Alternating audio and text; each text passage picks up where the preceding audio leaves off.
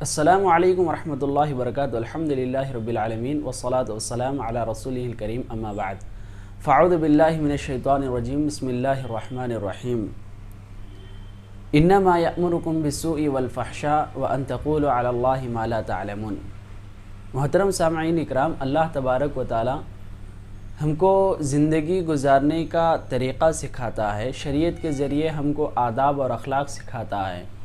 تو اسی طرح اللہ تبارک و تعالی بات کرنے کے آداب بھی سکھایا ہے، اور خاص طور پر میں اس بات کی طرف توجہ دوں گا کہ ہم اللہ تبارک و تعالی اور اس کے رسول صلی اللہ علیہ وسلم کے متعلق بات کریں، ہم شریعت کے بارے میں بات کریں، حلال اور حرام یا کسی احکامات کو بتانے یا فتویٰ دینے کے بارے میں بات کریں تو اپنی زبان کو حفاظت کر لینا چاہیے.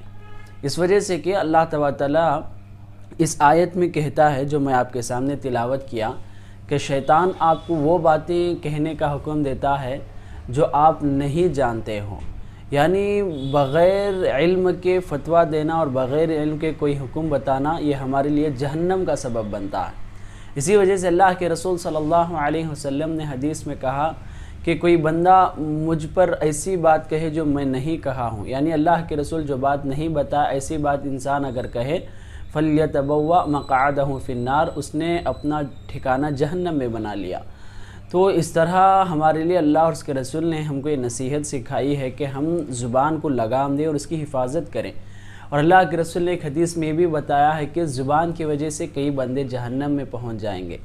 اور حدیث میں اللہ کے رسول نے یہ بھی کہا کہ بندہ نہ جانتے ہوئے ایسی باتیں کہہ دیتا ہے جو اللہ تبارک و تعالیٰ کو غصہ دلاتے ہیں اور اللہ کو ناراض کر دیتے ہیں. تو اس وجہ سے انسان سوچ سمجھ کر بات کرنا چاہیے، انسان بے دھڑک بے لگام بات نہیں کرنا چاہیے. یہ ہمارے دنیا میں تعلقات بھی ختم کر دیتے ہیں اور آخرت میں ہمارا انجام بھی برا کر دیتے ہیں.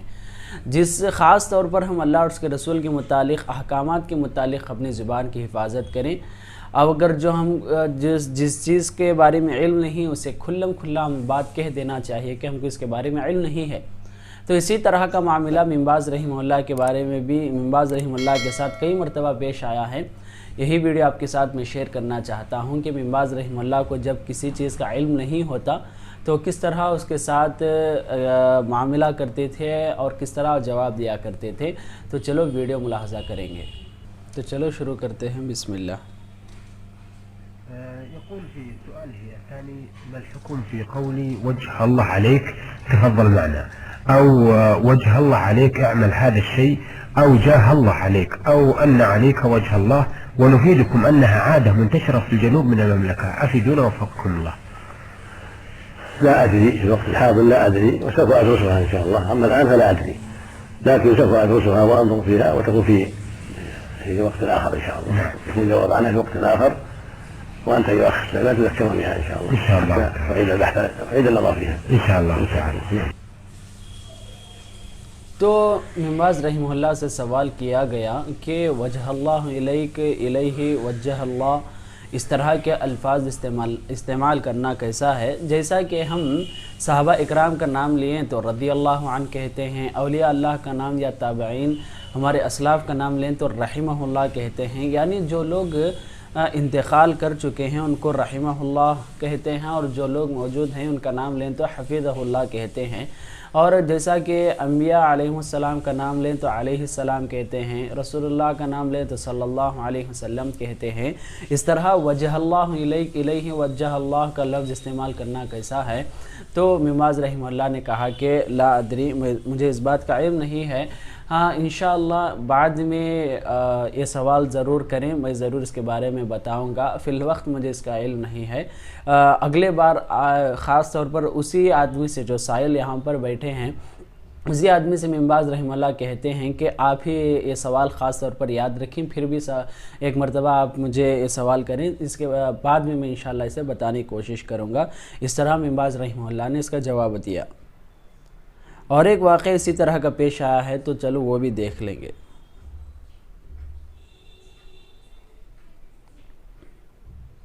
عندي أطفال صغار وفي الليل أو حتى أثناء النهار يطلبون مني أن أروي لهم قصة، فأتخيل من عقلي قصة وأرويها لهم، فهل هذا يعتبر كذبا محرما؟ لا أدري. جزاكم الله خيرا جزاكم الله خيرا. تو ممباز رحمہ اللہ سے سوال کیا گیا کہ میرے پاس چھوٹے چھوٹے بچے ہیں اور وہ رات کو سوتے وقت اور کبھی بھی دن کے اوقات میں مجھ سے سوال کرتے ہیں کہ میں ان کو ایک کہانی سناؤں، ایک قصہ سناؤں. تو میں کیا کرتا ہوں کہ میں سوچ کر اپنے طرف سے کہانی بناتا ہوں اور ان کو بول دیتا ہوں اور ان کا وقت گزار دیتا ہوں. تو کیا یہ جھوٹ میں شمار کریں گے؟ تو کہانی سنانا کس طرح ہے؟ تو ممباز رحمہ اللہ نے کہا کہ لا ادری، مجھے اس بات کا علم نہیں ہے. تو یہ ابن باز رحمہ اللہ کا اس طرح کا واقعہ پیش آیا. اور ایک واقعہ بھی اس طرح پیش آیا ہے، چلو وہ بھی دیکھ لیں گے. نعم. أيهما أفضل سماحة الشيخ، الأذان أم الإقامة؟ الله أعلم. حفظك. تو ممباز رحمہ اللہ سے یہ بھی سوال کیا گیا کہ اذان اور اقامت میں کون سا عمل افضل ہے، اذان افضل ہے یا اقامت افضل ہے؟ تو ممباز رحمہ اللہ نے کہا کہ لا ادری، مجھے اس بات کا علم نہیں کہ کون سی چیز افضل ہے. تو اس طرح یہ 3 واقعات ہمارے پاس موجود ہیں جس میں ممباز رحمہ اللہ نے کہا کہ مجھے اس بات کا علم نہیں ہے.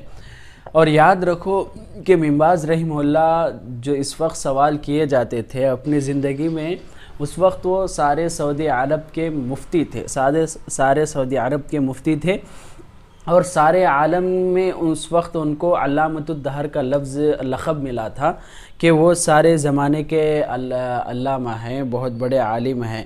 اس طرح ممباز رحمہ اللہ اس وقت اتنے بڑے عہدے پر، اتنے بڑے علم پر فائز ہونے کے باوجود انہوں نے لا ادری کا لفظ کہا اور انہوں نے اسے نہ جاننے کا اور بے علمی کا اظہار کر دیا. تو یہ ہمارے لیے سبق ہے کہ ہم جس کے بارے میں علم نہیں رکھتے، جس کا ہمارے پاس علم نہیں ہے، اس میں ہرگز ہم زبان نہیں کھول دینا چاہیے. ایک چھوٹی سی نصیحت یاد رکھتے ہوئے جائیں کہ آج ہمارے درمیان بہت سے ایسے لوگ ہیں ہمارے ہی بستی میں دیکھ رہا ہوں اور آزو بازو کے بستیوں سے میں یہ سن بھی رہا ہوں کہ علماء سے زیادہ عوام فتویٰ دے رہے ہیں، علماء سے بڑھ کر عوام علم جاننے کے بارے میں نخرے کرتے ہیں. اس طرح اپنی زبان کی حفاظت کریں، یہ چیز ہم کو جہنم تک پہنچا دیتی ہے جس کے بارے میں آپ علم نہیں رکھتے.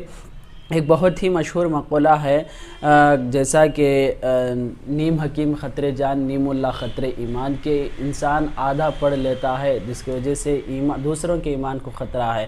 انسان آدھا طبیب بنتا ہے، آدھا ڈاکٹر بنتا ہے جس کی وجہ سے دوسروں کے جان کو خطرہ ہے. اس طرح آپ تھوڑا بہت جان کر سب کچھ جاننے کا دعویٰ نہ کریں، یہ ہمارے لیے بہت ہی نقصان دہ ہے. یہ عادات یاد رکھیں. اللہ سے دعا ہے کہ اللہ تعالیٰ ہم سب کو جہنم سے حفاظت فرمائے، زبان کو حد میں رکھنے کی توفیق عطا فرمائے. آمین.